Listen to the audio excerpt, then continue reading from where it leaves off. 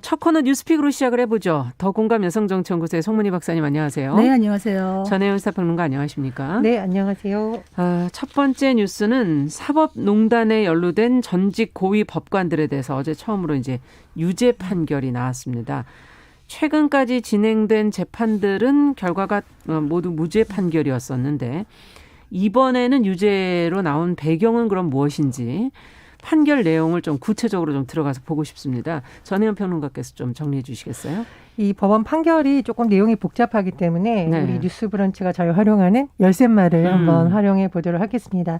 자, 첫 번째 열쇠말은 사법농단입니다. 네. 사법농단이 뭐냐? 우리 예전에 국정농단 이런 표현 썼었지. 그랬죠. 이제 사법농단, 사법부가 뭔가 정상적이지 않게 불법적인 요소가 있었다는 논란인데요. 양승태 대법원장 시절에 법원 행정처가 일선 재판에 개입했다라는 논란이 그동안 제기가 됐었고 네. 무려 14명의 전현직 법관들이 기소가 됐습니다. 자, 두 번째 열쇠말은 직권남용죄가 인정되는 첫 유죄 판결이라고 하겠습니다. 그동안 사실 이와 관련돼서 기소된 전현직 법관들과 관계자들에 대한 재판이 진행이 됐었는데요. 6번 연속 무죄가 나왔습니다. 자, 그런데 이번에는 어떻게 유죄가 나왔느냐. 그렇죠. 자, 기소된 혐의를 보면 직권남용 권리행사 방해이거든요. 예. 법원에서 직권남용죄를 인정을 한 겁니다. 그래서 이민걸 전 법원 행정처 기획조정실장에게 징역 10월에 집행유예 2년, 이규진 전 대법원 양형위원회 상임위원에게 징역 1년 6개월에 집행유예 3년이 각각 선고됐습니다. 네. 다만 이 두 사람과 함께 피고인으로서 재판을 받아왔던 방창현 전 전주지법 부장판사와 심상철 전 서울고법원장들에게는 무죄가 선고가 됐습니다. 자, 그런데 처음으로 유죄 판결이 난 배경에는 직권남용죄가 인정이 되냐 안 되냐가 굉장한 쟁점이었어요. 왜냐하면 예전의 경우에는 직권남용죄가 인정이 안 됐습니다. 항상 많이 얘기를 하셨었죠. 네, 그렇죠. 직권남용죄가 인정되기 굉장히 어렵다라는 거 우리가 많이 했었는데 네. 이번 판결을 좀 살펴보면 일단 형법상 직권남용죄라는 것이 공무원이 직권을 남용하는데 다른 사람으로 하여금 의무 없는 일을 하게 하거나 권리 행사를 방해한 때라고 했어요. 그런데 만약에 재판에 개입할 권한이 없다라고 판단을 한다면 직권남용죄 자체가 성립이 잘 안 되겠죠. 그렇겠네요. 예. 그런데 이번 같은 경우에는 재판 개입을 시도할 사법 행정권이 있다. 이렇게 해석을 한 겁니다. 물론 이제 재판에 대해서 지적을 할 수 있다. 이 부분까지 법원이 인정을 안 한 건 아니에요. 뭐 판사들에게 어떤 조언을 해주거나 재판을 잘하기 위해서 조언을 해줄 수는 있다. 그런데 문제는 뭐냐면 이렇게 해야 되는 권고 이상의 지적을 할 경우에는 위법하다라는 겁니다. 그래서 재판 사무를 수행하게 된 심의관에게 특정 사무의 재판 영역을 권고 지시한 것은 법치지위와 그 목적에 반하는 것이다. 이렇게 지적을 했습니다. 자, 그런데 지금서 내용을 살펴보면 도대체 어떤 내용이 있었냐를 그렇죠. 한번 좀 살펴보겠습니다. 구체적으로 알고 싶네요. 예. 이민걸 전 기주실장의 경우에는 이제 국회의원 재판과 관련해서 담당 법관의 심증을 파악을 한다. 이런 논란이 제기됐었고 이규진 전 상임위원의 경우에는 과거에 통합진보당 지방의회 의원들의 지위 확인 소송 재판에 개입한 행위 등이 재판권 방해다라고 이번에 판단이 됐습니다. 그런데 이번 판결이 굉장히 주목을 받는 이유는 사법농단과 관련해서 여러 가지 재판에서 계속 무죄가 나왔었는데 그랬죠. 유죄가 나왔잖아요. 예. 그리고 이런 유죄의 판단이 다음에 진행될 중요한 판결에도 영향을 미칠 수 있다라는 점 때문입니다. 네. 물론 이번 법원 선고가 1심 판결이긴 합니다. 그러나 아직 길은 좀 많이 남아 있어요. 그렇죠. 계속 무죄가 나오다가 유죄가 나왔었고요. 그리고 자, 사법농단 사태에 있어서 가장 핵심 인물이라고 할 수 있는 양승태 전 대법원장을 비롯하여 이른바 당시 수뇌부와 관련된 공모 관계가 이번에 구체적으로 밝혀졌다라고 해요. 판결의 내용이 들어가 있는 거죠. 따라서 양승태 전 대법원장을 비롯한 당시의 핵심 인물들에 대한 판결에도 영향을 미칠 수 있다라는 전망이 아직 판결이 안 나온 거죠. 그렇습니다. 1심 재판 중이죠. 재판 중이군요. 그런데 이제 물론 다른 판사들의 경우에도 다 중요하지만 양승태 전 대법원장이 가장 상징적이고 중요한 인물이잖아요. 그래서 이번에 유죄 판결이 나왔으니까 다음에 굉장히 중요한 판결에도 영향을 미칠 수 있는 건 아니냐 이런 전망이 나오고 있습니다. 네. 자, 그렇다면 1심이긴 합니다만 어떤 의미가 있다고 보시는지 두 분의 의견을 좀 들어보죠. 우리가 직무 권한에 대해서 늘 얘기를 했는데 네. 그동안 이 법관들이 어떤 말을 했냐면 우리는 법관 독립의 원칙이 있기 때문에 어느 누구도 우리의 재판에 간섭할 수 없어. 그렇기 때문에 간섭한다는 의미에서의 직무 권한이 없기 때문에 근본적으로 직무가 인정되지 않으면 직권 남용 자체가 인정되지 않는다. 이렇게 주장을 했었는데 이번에 그것이 처음으로 깨졌다는 데 의미가 있는 겁니다. 네. 법원 행정처에서 하는 일이 특정 사건에 대해서 핵심 영역을 지적할 수 있다라는 겁니다. 판단에 의하면 지적할 수 있는데 이게 권고를 벗어난 그 이상의 것이 된다면 재판 간섭이 될 수 있다. 이렇게 이야기한 부분인데 네. 이 문제가 우리가 이제 사법농단, 대법원, 판사들 그냥 그들만의 이야기인가라고 생각하실 수 있는데 그렇죠. 이것이 국민의 기본권과 참 밀접한 관련이 있다라는 말씀을 드릴 수밖에 없는 게 재판의 독립이라는 측면은 법관의 독립과 재판의 독립은 기본적으로 국민의 기본권을 보호하기 위한 것이거든요. 그렇죠. 그런데 이런 부분에서 사법부에서 이런 신뢰가 무너진다면은 국민이 사법부에 대한 신뢰 자체가 없어질 수가 있다. 중대한 범죄 행위에 해당할 수 있다. 그렇다면 양승태 전 대법원장 시절에 왜 이런 무리한 일들이 사법농단이라고 하는 이런 일들이 일어났을까? 네. 근본적인 원인을 한번 살펴본다면 아주 뿌리 깊은 헌법재판소와 대법원 간의 어떤 그 힘겨루기가 있습니다. 88년에 헌법재판소가 만들어지고 나서 사실 조직면이나 이런 면에서는 헌법재판소가 대법원보다 많이 약해요.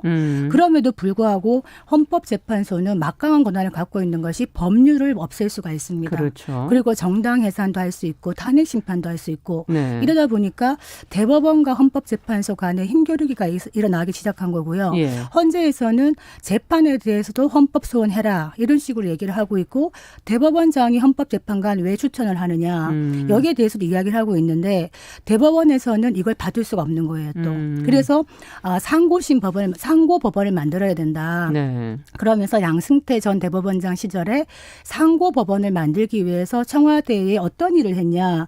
그 대법원 특별조사단에 의하면은 이 재판 거래를 도모했다는 의혹이 있다는 겁니다.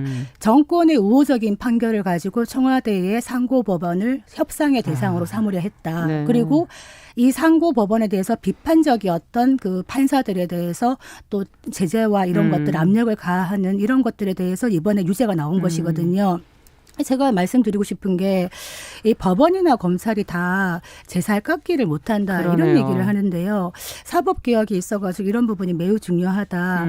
그 미국의 신학자인 라인홀트 리버라는 분이 어떤 얘기를 했냐면 도덕적 인간과 비도덕적 사회라는 책에서요. 네. 이 개인이 개인적으로는 타인에게 이타적일 수가 있는 존재인데 어떤 조직이나 집단에 들어가면은 그 조직 이기주의에 빠지는 행동 패턴을 가지고 있다.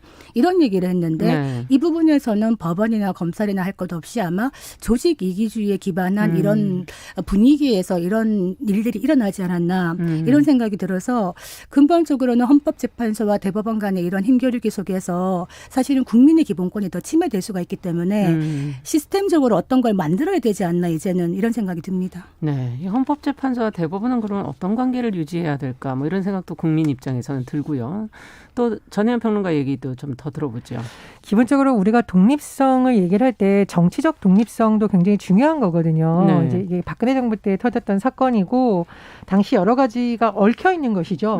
말 그대로 어떤 법원에 뭔가 유리한 거를 거래하기 위해서 정치권과 거래한 거 아니냐 이런 논란도 제기가 되고 있고 또 하나는 내부에서 뭐 법관 인사 문제라든가 이런 것에 대해서 지적하는 연구회 이런 활동도 와해시키려 했다라는 혐의가 이번에 인정이 된 거거든요. 그러니까 어떤 내부 개혁을 위해서 하려는 목소리도 누르려고 했던 것 여러 가지 복합적으로 지금 작용이 되는 겁니다. 그래서 그런 문제에 대해서 법원이 좀 내부의 자정 노력도 필요하다. 제도적인 그러네요. 시스템도 필요하지만 이게 모든 조직이 내부 구성원들의 독립성을 어느 정도 보장을 하려면 뭐 인사라든가 이런 걸 가지고 개입을 하면 안 되거든요. 맞아요. 적법한 절차와 정당한 기준이 아닌 내 입맛에 맞는 사람들은 인사 때 유리하게 주고 어떤 정치권의 줄 세우기처럼 되는 도구로 악용되면 안 된다는 거죠. 이거는 네. 법원 내부에서도 좀 제도적인 시스템이나 자정이 필요하다고 봅니다. 그리고 두 번째로 이게 집행유예가 나왔다는 것에 대해서는 좀 논란이 제기될 수밖에 없습니다. 이 사법농단이라는 게 국민들이 내 삶과 무슨 상관이야 이렇게 생각할 문제가 아니에요. 우리 병원에 가면 의사가 하나님으로 보인다 그러죠. 재판을 받아본 사람들은 재판장에 들어오는 법관이 신으로 보인다고 합니다.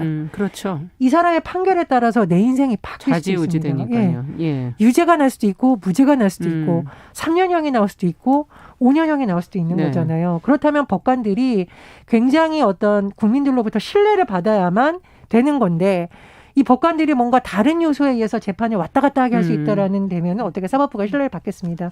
말씀해 주셨듯이 국민의 기본권 차원에서도 이번 판결이 굉장히 중요하고 다만 이게 집행유예가 선고된 것은 이 사안의 중대성을 볼 때 좀 너무 가벼운 처벌이 아니냐 저는 그렇게 생각을 합니다. 사실 뭐 지금 많은 재판이 계속되고 있습니다만 이번에 전직 2명만 유죄가 된 것이고요. 현직 법관들은 다 무죄를 받았습니다. 네. 물론 1심입니다만은 그래서 아마 제살 깎기가 참 어렵다 이 생각을 다시 하게 되는데 법원 행정처 얘기를 안 할 수가 없어요. 네. 우리가 법원 행정처 그러면 뭘 하는 곳이냐. 그냥 법원의 살림살이를 도맡아 하는 곳입니다. 네. 한마디로 법관들 한 3,000명 정도를 다 관리하는데 이게 어떤 문제가 있냐면은 여기서 법관의 인사, 전보, 뭐 어느 지역에 배치하고 예산 짜고 이런 거 다 합니다. 네. 그리고 대법원장이 또 수장이에요. 법원 행정처에 일반 직원이 있는 것이 아니라 판사들이 가서 앉아 있습니다. 아. 그렇군요. 그렇다면은 어떤 문제가 있느냐. 재판을 할 때 굳이 말하지 않아도 왠지 인사권을 갖고 있는 대법원장의 눈치를 볼 수밖에 없는 이런 분위기가 있다는 것이고 그래서 법원 행정처가 관료화되어 있다. 관료가 된 거 아니냐. 이런 비판이 있기 때문에 이 사법 행정의 권한을 이 법원 행정처에서 좀 분리하는 어떤 시스템이 필요하지 않겠나. 그래서 제왕적 대법원장이라는 말이 더 이상 나오지 않도록 좀 분리하는 것이 필요하다. 이런 생각이 들고요. 네. 두 번째는 판사와 검사가 사실은 선출직이 아니지 않습니까? 그냥 시험 붙어서 이제 그렇죠. 가서 하는 자격증으로. 건데 네. 이 우리가 대법원장이나 그 헌법재판소장 같은 경우에 뭐 국회 동의나 대통령이 임명직이죠. 임명하고 하는 이유가 뭡니까? 네. 이 판사나 검사가 선출직이 아니기 때문에 그만큼 국민의 기본권이 중요하니 선출직 공무원들이 권한을 준다는 이야기거든요. 근데 실제로 이분들이 재판을 하는 과정에서 이런 식으로 정치권과 만약에 밀착하거나 권력에 가까이 가 있다면은 국민의 기본권은 도외시될 수밖에 없는 것이라 그렇죠. 삼권 분립의 측면에서는 매우 위험할 수 있다. 이런 생각이 들어서 법원 행정처를 어떻게 좀 권한을 약화시키느냐, 비판사들로 채운다거나 이런 방안이 필요할 것 같고 20대 국회 때 재미있는 법안이 나왔다가 폐기가 됐어요. 네. 심상정 의원이 법 왜곡법이라는 거를 발의했었습니다. 그게 뭐냐면은 판사나 검사가 제대로 이렇게 법 집행을 못했을 때 이들도 처벌하자 이런 법이었거든요. 그런데 아마 그냥 만료가 됐는데 그만큼 무게를 가지고 해라 이런 의미겠죠. 이게 무소불위가 아니잖아요. 판사나 검사도 제대로 잘 못했으면 거기에 대한 책임이 따라야 되지 않겠나. 실제로 지금 뭐 독일이나 스페인이나 이런 독일이나 유럽 국가들은 법 왜곡죄가 있습니다. 그래서 이런 부분에 대해서도 조금 논의가 필요하지 않겠나 이런 생각이 듭니다. 이제 마지막 수뇌부라고 할 수 있는 양승태 전 대법원장을 비롯해서 당시 핵심 관계자들, 그러니까 지시를 할 수 있는 권한과 상징적 의미가 있던 사람들의 판결이 어떻게 돼야 되는지 좀 봐야겠죠. 그리고 우리 프로그램에서 다뤘는데 법관 탄핵 문제를 또 어떻게 볼 것인가에 대해서도 아마 또 논의가 맞물려서 돌아가지 않을까 싶습니다. 우리가 많은 공무원들이 본인의 한 일에 대해서 권한만 있는 것이 아니라 책임을 져야 되는데 유독 검찰과 법원이 이것에서 너무 자유롭다라는 비판이 제기가 됐으니까요. 조금 더 책임성을 부과할 수 있는 제도적 받침도 필요하다라고 생각을 하고요. 제가 요즘 봤을 때 우리 사회 곳곳에서 가장 많이 문제 제기가 된 것을 관통하는 어떤 핵심은 인권인 것 같아요. 우리가 이번에 방역이 아무리 중요하다 하더라도 외국인들에 대한 인권이 침해되면 안 된다. 그리고 재판에 있어서 아무리 능력 있는 선배 판사라고 하더라도 본인보다 경험이 짧은 판사에게 어떤 영향력을 과도하게 행사해서 국민의 기본권, 인권을 침해하면 안 된다라는 지적. 그리고 법원이든 검찰이든 내부에서 인사를 이유로 사찰 수준에 하면서 또 법관과 검사의 인권을 침해하면 안 된다는 거. 조직 내부의 인권 문제죠. 그런 문제가 전반적으로 지금 막 문제가 되고 있는 것 같습니다. 그래서 그런 차원에서 법원 내부에서도 우리가 검찰에 대해서 사찰하지 마라는 권고를 여러 번 하는데 내부에서는 혹시 인사를 핑계로 그렇게 되는 것은 아닌가. 그렇게 하면서 법관 개개인이 알아서 눈치를 보거나 그러면 안 되죠. 그렇죠. 알아서 검열을 하게 돼서는 안 된다라는 또 자성이 한번 있었으면 하는 바람입니다. 우리가 일반 국민들이요 이런 생각을 해요. 쉽게 아유 내가 뭐 착하게 살면 되지 내가 재판 받을 일이 있겠어? 이런 생각을 하지만 살다 보면 내가 그렇죠. 착하게 살려고 해도 본의 아니게 재판에 가는 경우도 있습니다. 맞아요. 그런 일을 겪었을 때 나를 기소하는 검찰이 그리고 나를 재판하는 법원장이 뭔가 공정하지 않은 것 같아라고 생각을 한다면은 그 재판의 결과에 어떻게 수긍을 하겠습니까? 그렇다면 사법질서의 근간이 흔들릴 수가 있는 거고 이건 크게 말하면 국가의 근간이 흔들릴 수도 있는 사안이다. 실제로 2018년에 그 여론조사 리얼미터에서 한 걸 보니까요. 사법부 판결에 대한 국민 신뢰도가 응답자가 63.9%가 사법부 판결을 불신한다 이렇게 나왔어요. 그렇다면 지금 아마 조사를 한다면 더 높아져 있을까 낮아져 있을까. 사법부의 불신의 문제는 심각하다. 사법부가 결국에는 자정 노력을 할 수밖에 없다 이 생각이 듭니다. 네. 자, 두 번째 뉴스로 좀 저희는 가보겠습니다. 또 재판 얘기네요. 공교롭게 이렇게 얘기가 좀 같이 몰려 있을 때가 많아가지고 강제추행 혐의로 물러난 오거돈 전 부산시장에 대한 재판 원래 어제 열리기로 돼 있었는데 지금 3주 뒤로 연기됐다고 하는데 이유가 무엇인지 피해자 측에서 지금 입장문을 냈다고 하는데 어떤 내용인지 송 박사님께서 좀 정리를 해주시면 좀 간략하게 좀 살펴보죠. 예, 이번에 뭐 그 서울과 부산에 보궐선거 열리잖아요. 근데 이 부산의 보궐선거가 왜 열렸는가? 오거돈 전 시장의 그 강제추행 혐의 때문에 사퇴를 하고 지금 보궐선거가 일어나는 그렇죠. 것이죠. 그래서 벌써 한 1년이 지났습니다. 그런데 이제 그 오거돈 성폭력 사건 피해자가 비판의 성명서를 냈는데 왜 그랬느냐? 원래 23일 날 재판이 열렸어야 되는데요. 첫 재판이 이 오거돈 그 전 시장의 요청에 따라서 4월 7일 보궐선거 후로 연기가 되었다는 겁니다. 그래서 거기에 대해서 어떤 말을 했냐면 이 피해자가 누군가에게는 짧은 시간일지도 모르겠으나 저에게는 한겨울 얼음물에 빠져 호적되는 듯한 끔찍한 시간이 3주나 더 늘어났다. 이렇게 비판을 했고요. 네. 실제로 이제 1월 28일 날 기소가 됐다면은 2개월 동안 재판 기록 검토할 시간 충분하지 않았냐. 그런데 이걸 이렇게 굳이 연기하는 이유가 무엇이냐. 이렇게 비판을 하고 있는 상황입니다. 네. 재판 연기인 뭐 그 사유는 정해져 있는 건가요? 법적으로? 변론기일이라던가 불가피하게 재판에 뭐 참석하기 어려운 거 자료 보강을 해야 된다는 등등의 이유로 법원이 그런 판결을 내렸을 수는 있겠죠. 이제 판결이 아니라 결정을 내려줬을 수는 있는데 저는 이제 피해자 입장에서 우리가 좀 한번 생각을 해달라라는 말씀을 꼭 드리고 싶습니다. 피해자 입장에서는 이런 일과 관련돼서 사실은 일상을 예전처럼 하기가 참 어렵거든요. 그렇죠. 이제 판결이 나서 뭔가 좀 본인도 이제 마음의 짐을 좀 덜고 일상으로 돌아가고 싶은데 뭐 수사가 진행되고 재판이 진행되고 이러면 계속 그 일을 처음부터 복귀하는 그런 그렇죠. 현상을 겪을 수밖에 없어요. 그래서 피해자 이런 호소를 좀 들어봐야 된다고 생각을 하고요. 두 번째로 피해자가 이런 입장을 밝혔어요. 이번에 국민의힘 박형준 후보, 더불어민주당 김영춘 부산시장 후보가 아마 좀 피해자의 중심주의에서 관심을 두고 챙기겠다라고 약속을 한 것으로 지금 피해자가 얘기를 하고 있습니다. 그래서 나쁜 건 아닙니다. 이제 후보들이 누가 부산시장이 되든 피해자를 끝까지 챙기겠다라는 건 참 중요합니다. 그래서 이 약속이 선거 결과와 상관없이 지켜져야 되겠죠. 꼭 지켜져야 되고 4월 시장 지금 보궐선거 과정에서도 그 피해자의 전 직장 동료가 누가 서울시장이 되든 피해자가 일상으로 돌아오도록 해달라라고 호소를 했습니다. 맞아요. 그래서 우리가 선거 결과를 두고 진영별로 해석은 다를 수 있지만 피해자를 일상으로 복귀시켜야 된다라는 부분에 있어서는 이견이 있어서는 안 된다고 생각을 하고요. 또 하나 제가 꼭 당부드리고 싶은 것은 이번 사건의 피해자에 대해서 악성 댓글을 댄 일부 사람들이 기소가 돼서 지금 유죄 판결이 나왔어요.